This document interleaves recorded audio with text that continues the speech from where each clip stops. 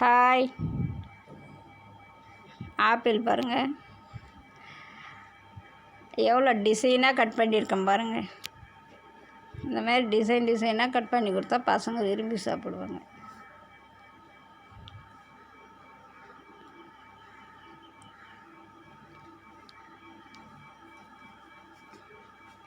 கொஞ்சம் பார்த்து பொறுமையாக நிதானமாக கட் பண்ணணும்,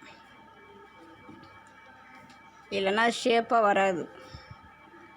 கரடு முருடாக வேலை செஞ்சோம்னாக்கா.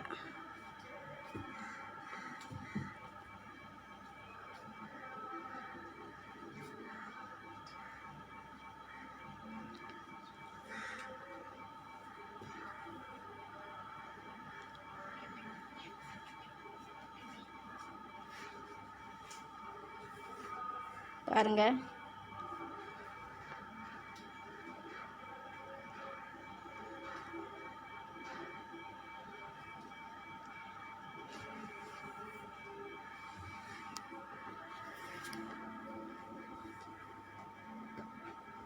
அப்படியே கட் பண்ணுறது டக்கு டக்குன்னு கட் பண்ணலாம். அது மாதிரி எதனா டிசைன் பண்ணி கட் பண்ணுறதுன்னா கொஞ்சம் லேட்டாக தான் ஆகும். ஷேப்பாக பார்த்து கட் பண்ணணும், அழகாக, இல்லைன்னா வராது.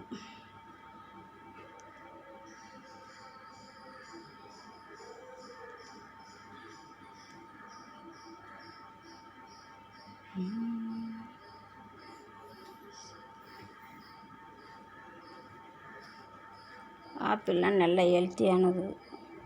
பாருங்கள், சூப்பராக கட் பண்ணிக்கிற பாருங்கள்.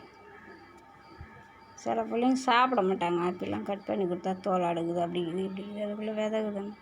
இந்த பாருங்கள், இந்த மாதிரி டிசைனாக கட் பண்ணி கொடுத்தா நல்லா விரும்பி சாப்பிடுவாங்க பசங்க.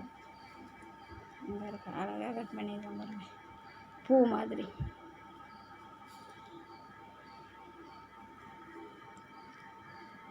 அடுத்த ஆப்பிள் கட் பண்ணுறேன் பாருங்கள்.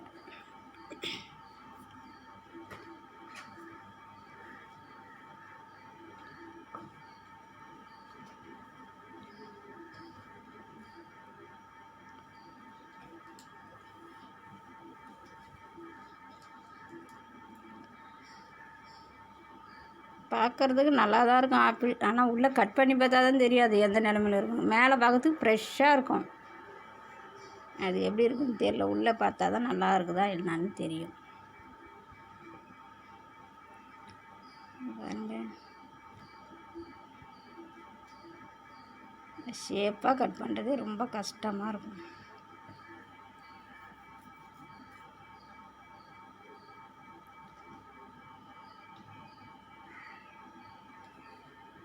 நீங்களும் இதுமாரி வாங்கி கட் பண்ணி பசங்களுக்கு கொடுங்க, நீங்களும் சாப்பிடுங்க. உடம்புக்கு ஹெல்த்தியானது பழம்.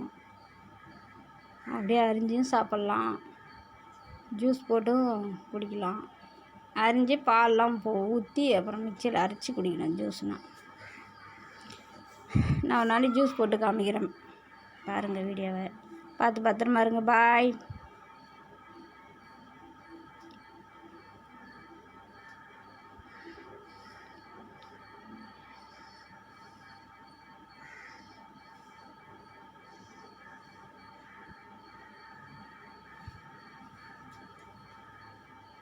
ஒரு பழம் நல்லா சூப்பராக இருந்தது, ஒரு பழம் மட்டும் கொஞ்சம் இது அது உள்ளே கருத்து என்னன்னே தெரிய மாட்டேது, கட் பண்ணால் தான் தெரியும்.